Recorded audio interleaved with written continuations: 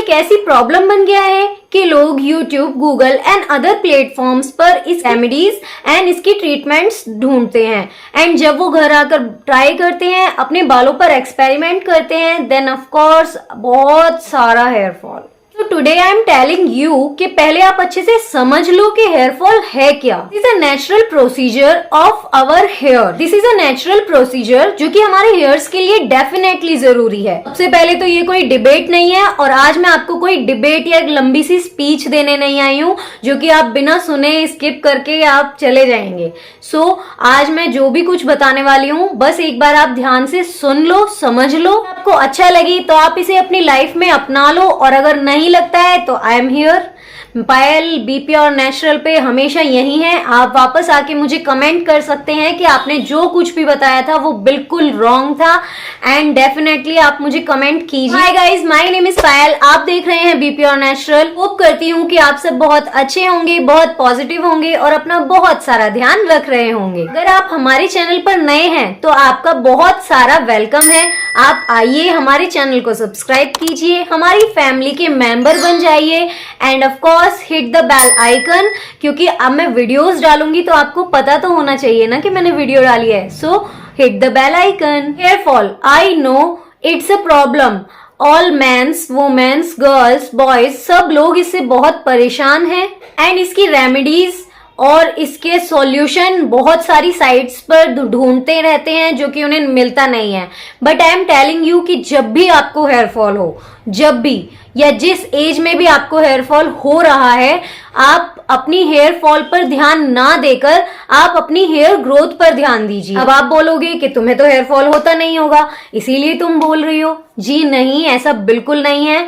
मुझे भी होता है और बहुत सारा हुआ है, तो मैं अपने बिल्कुल एक्सपीरियंस के साथ में आपको ये सब बातें बता रही हूँ। शोइंग यू, मैंने परसों ही अपना एक वीडियो शेयर किया था जिसमें मैंने आपको शॉर्ट्स के थ्रू, जिसमें मैंने आपको ऑयलिंग के 3 स्टेप बताए थे।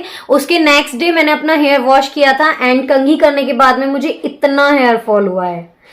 तो मैं अपने हेयर फॉल को लेकर बहुत ज्यादा नहीं होती हूँ क्योंकि मुझे अपने हेयर फॉल के साथ साथ अपने न्यू हेयर्स भी आते हुए दिखते हैं और हेयर ग्रोथ अच्छी होती है, तो फिर आपको बिल्कुल भी परेशान होने की जरूरत नहीं होती है। हेयर फॉल के साथ साथ आपके न्यू हेयर्स भी आ रहे हैं। अब आप पूछोगे कि ये न्यू हेयर्स क्या होते हैं, तो आप देख सकते हैं कि यहाँ देखिए जो ये छोटे छोटे हेयर्स आते हैं ना, देखिए, आई डोंट नो आप देख पा रहे हैं नहीं, देखो ये जो होते हैं ना, ये वाले जो हेयर्स होते हैं, देखो मेरे जो बालों की नेचुरल लेंथ है वो इतनी लंबी है और ये जो हेयर्स आ रहे हैं ये न्यू हेयर्स हैं जो कि मेरे बालों में आ रहे हैं। हेयर फॉल होने पर पैनिक बिल्कुल नहीं होना है। आपको टेंशन लेने की जरूरत तब है जब आपकी हेयर ग्रोथ ना हो।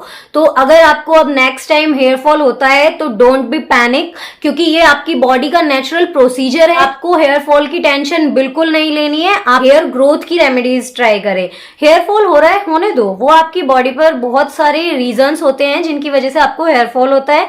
तो आप हेयर फॉल पर ध्यान ना देकर आप अपने नेचुरल रेमेडीज पर ध्यान दीजिए जिससे कि आपकी हेयर ग्रोथ इनहैंस हो। अगर आपको बहुत ज्यादा सिवियर हेयर फॉल है तो अपने डॉक्टर से बात कीजिए। बट अगर आपको नॉर्मल हेयर फॉल है तो डोंट बी स्कैर्ड, क्योंकि हमारी diet, weather and drinking water capacity, बहुत सारी इतनी सारी चीजें हैं जो कि हमारे हेयर फॉल को इफेक्ट करती हैं। आप ये सब भी बिल्कुल ठीक कर रहे हैं, उसके बाद में भी आपको हेयर फॉल हो रहा है, देन कंप्लीटली आप कहीं ना कहीं कुछ ना कुछ ऐसी मिस्टेक जरूर कर रहे हैं जो कि आपके हेयर्स के लिए अच्छी नहीं है।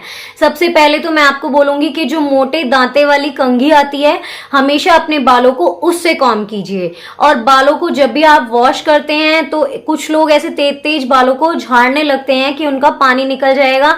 इस टाइम पर ऐसा बिल्कुल मत कीजिए। ऐसा मैंने देखा है कि ऐसे करते हैं कि बालों के साथ जैसे दुश्मनी है, काटने लग गए, इलझ रहे हैं, तो बहुत तेज तेज सुलझा रहे हैं।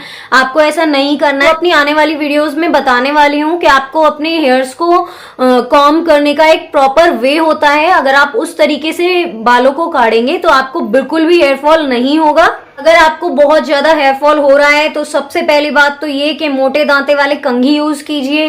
देन सेकंड, आप अपने बालों को किसी भी हीट, मतलब कि अगर आप कर्ल्स कराते हैं या आप स्ट्रेट करने के लिए स्ट्रेटनर यूज कर रहे हैं, इन सब चीजों से आप अपने हेयर्स को कुछ दिन के लिए दूर रखिए। मेरा मतलब ये नहीं है कि मतलब आप बहुत ज्यादा बड़ी रिसर्च करो, बट जो नेचुरल प्रोसीजर होता है अपने बालों का, जो देख रेख होती है, एटलीस्ट आप वो तो करो। जैसे कि मान लीजिए हमारे घर में एक बच्चा होता है, या कुछ भी आप ले लीजिए, कोई भी एक चीज है, हम उसकी जब देखभाल करते हैं तब हम उसे टाइम टाइम पर उसकी कैपेसिटी के अकॉर्डिंग हम उसे चीजें प्रोवाइड कराते हैं।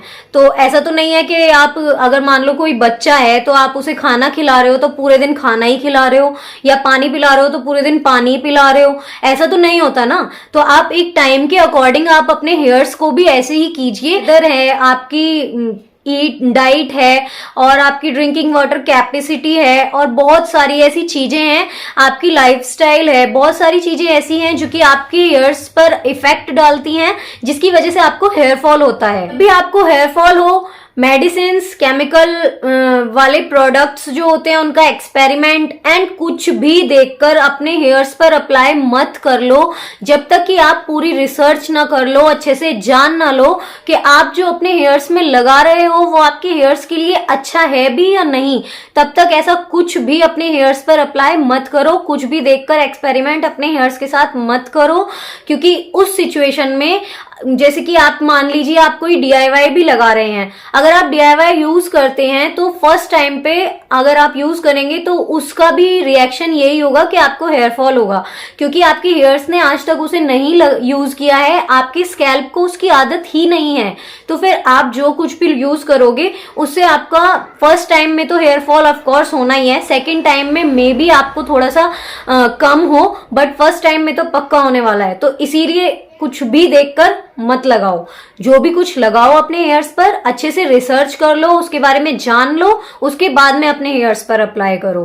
ग्रोथ को इनहेंस करने वाली रेमेडीज को अप्लाई करो, जिससे कि आपकी हेयर ग्रोथ अच्छी हो। हेयर फॉल अगर हो रहा है तो उसे होने दो, अगर ज्यादा सीवियर हेयर फॉल है तो फिर कंसल्ट करो, अपने डॉक्टर से बातचीत करो, उनसे पूछो, and vitamin D, calcium, iron ये सब भरपूर मात्रा में लो, ताकि आपकी हेयर्स इन सब चीजों को, इन सब विटामिन, कैल्शियम एंड आयरन बहुत ज्यादा इफेक्ट डालते हैं आपके हेयर्स पर।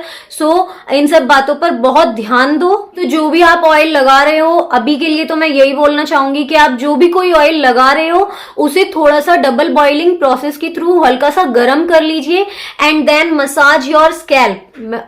हल्के हाथों से आपको तेल को लगाना है एंड मसाज करनी है। ज्यादा तेज आप अपने बालों पर स्कैल्प को इरिटेट बिल्कुल मत कीजिए, बहुत हल्के हाथों से आपको मसाज करनी है। अपने बालों को मॉइस्चर दीजिए, अपनी डाइट का बहुत सारा ध्यान रखिए, आप देखेंगे कि आपका जो हेयर फॉल होगा वो कुछ ही दिन में कम हो जाएगा। होप करती हूँ कि आज के बाद में आप हेयर फॉल को इतना बड़ा इशू ना समझकर एक नेचुरल प्रोसीजर समझेंगे, and this is a natural procedure of our body, and बहुत जरूरी है ये हमारे हेयर्स के लिए। पैनिक नहीं होना है, बिल्कुल टेंशन नहीं लेनी है, स्ट्रेस नहीं लेना है।